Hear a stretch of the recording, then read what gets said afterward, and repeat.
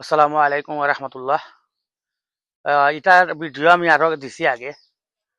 Seedless China ত্রি লেবু দুকা close করে রবা। এই বছর আইছে ফয়লা আইছে, ও তো ফুল আইছে, তো লেবু আইছে আলহামদুলিল্লাহ। ই গাছও আইছে, এই গাছও আইছে, একটু বেমার আইছে, এটারে আমরা বাঙ্গা দিলাইমু।